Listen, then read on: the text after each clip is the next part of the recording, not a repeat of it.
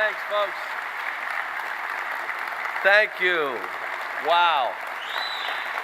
Thank you.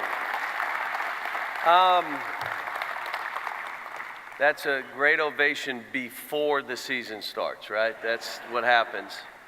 I've got to tell you, I was so excited. I was with Chairman Rogers in D.C., and he said, I need a favor. This is about 10 days ago, 2 weeks ago. I need you to come to Pikeville. I need you to give a speech. I need you to inspire some people. And I said, tell me what it is. And it was SOAR. And he told me what he was doing and how the government and the governor are coming together to help our state. And I told him, you know what, let's get this done. I will be there. As I flew over here, and I had to fly because I got to go somewhere else after, I see this state, and I'm just saying, I love this state. When I see the mountains, and I say the mountains and the hollows and all, that's how I grew up in Western PA. Exactly the same kind of towns. The other thing I love is the people. They're people I grew up with. My parents were laborers. My mom worked at the high school cafeteria. My grandparents came through Ellis Island and worked in Clarksburg, West Virginia, in the coal mines. You know what my family wanted? An opportunity to make life better for their children. That was it. They wanted an opportunity to make life better for their children. My sisters and I are college educated, the first college educated people in our family.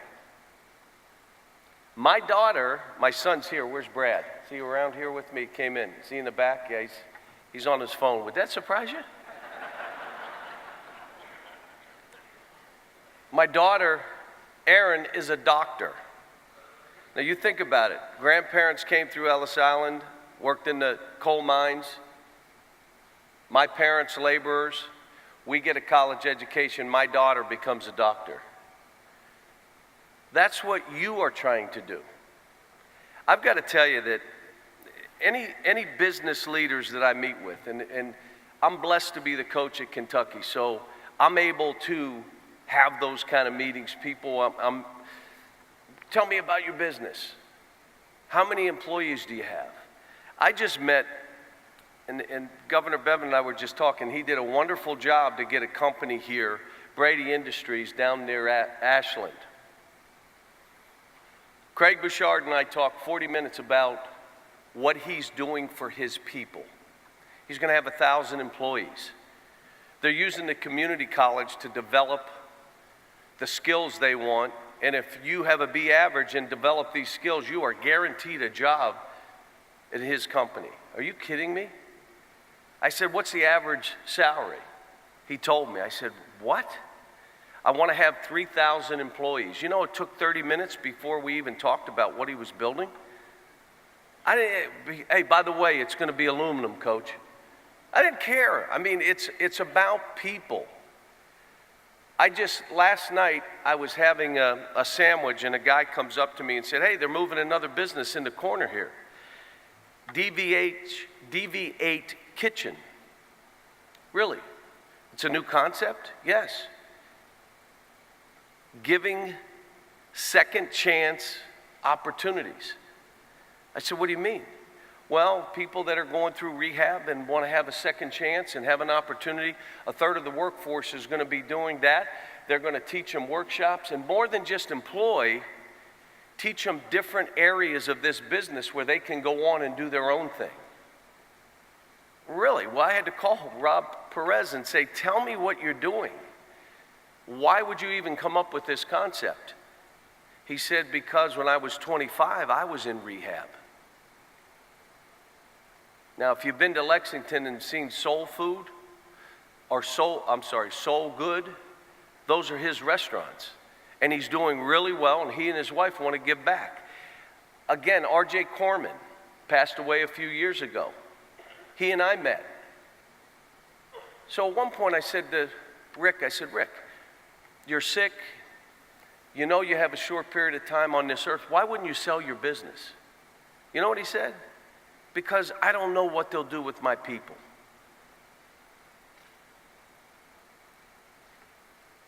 Serves them lunch to this day.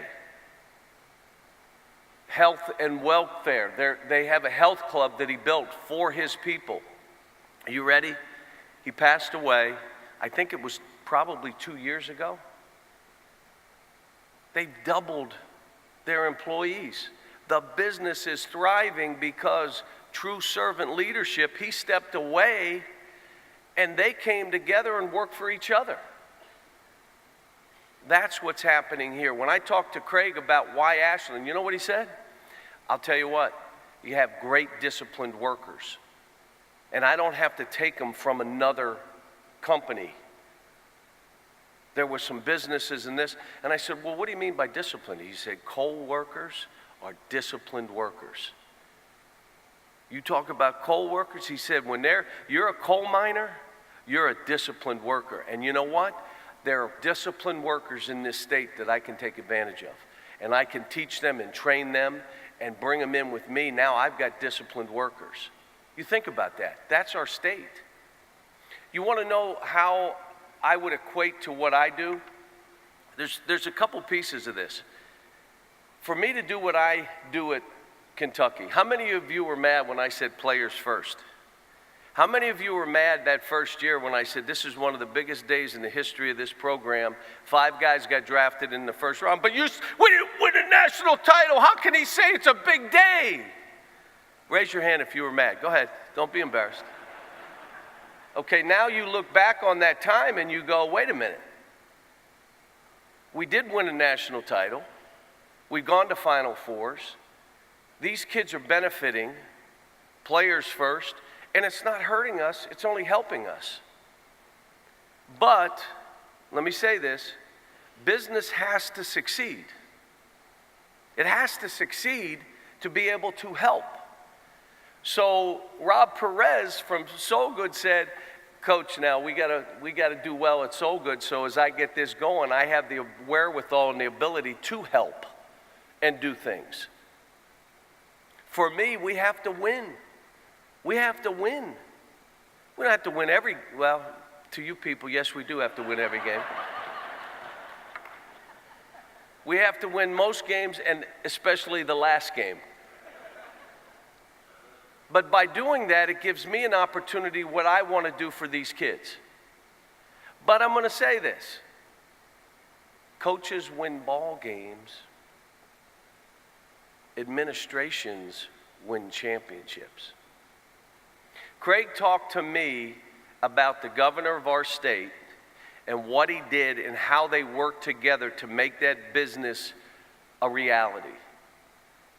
Without that, it's hard to get things done. It's hard to have success to help and give back.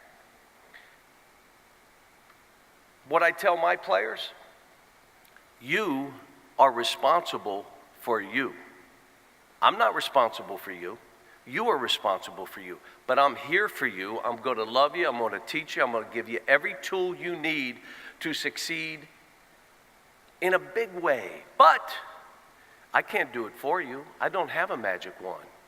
You are responsible for you. Well, we have that in this state. We have people who want to work, that want to do those things. And the last part of it is I'm trying to develop servant leaders. We were in the back talking, and the governor and the chairman were talking about how in the world do you bring these kids together and in 7-8 months they become a team and they're about each other, because they learn what it means to be a servant leader. They learn what it means to be about the other guy more than yourself. You know, the greatest thing, especially Eastern Kentucky, you're about each other. How much pride do you have in this, when you say, I'm from Eastern Kentucky? I mean, you think about it. And the people that live here, the people that work here, there's an unbelievable pride in that, and you're about each other. Chairman was talking about the cleanup program where you come together and everybody says, hey, we're going to get this done for each other. Something happens to a family in this town. Next door, they're coming around. How can we help? What can we do? Servant leadership is about being a great teammate. That's all I'm teaching these kids. Be a great teammate. It's amazing, though, when you become a servant leader, and I'm going to be honest with you, when I was young, I try my Catholic faith teaches to be about your brother, love your brother. And what happens for me, I was not that way when I was young. I was trying to survive. But when you get older, you start saying, you know what? You make life about others, it becomes easier. Way easier. Way more rewarding than wins and losses and money and all that. You know what? You're happier. You're just happier. Because it's not what can I gather, what can I do? It's how can I help someone else achieve? And how can I take great pride and joy in what they do? Well, that's here. And that's why businesses will come here. And when they come here, they'll thrive because of that. Last thing that I want to say, and there may be people here that are thinking about coming to our state. And I'll say it again. I just met with Craig Bouchard, and we talked 40 minutes about why he did it and what he's excited about. A big part of it was the workforce. A big part of it was tying together with our administration, our government, because it's everybody together. In what I do, we also need donors. Do we have nonprofits in here? I imagine they're trying to tie together, how do we do this? When you climb the ladder of success, and I'm looking at a lot of people here that have climbed or are climbing that ladder, some people turn around and they pick up the ladder. The special people in this room, and why you are here is because you're climbing that ladder or have climbed it, and you're turning around and trying to pick up the next person, and you're trying to pick up the next person and bring people with you. My mother used to say, pay it forward. We didn't have much, but we shared. She used to give away everything. Anybody here re-gift for Christmas? Oh man, it didn't even hit the table and it was going out to somebody else. But pay it forward is what our state is about, and especially Eastern Kentucky. I commend you on what you're doing, coming together, and I would tell you, bring it, let's go, let's make changes, make decisions, and do your thing, and let's have a ball doing it. Thank you very much.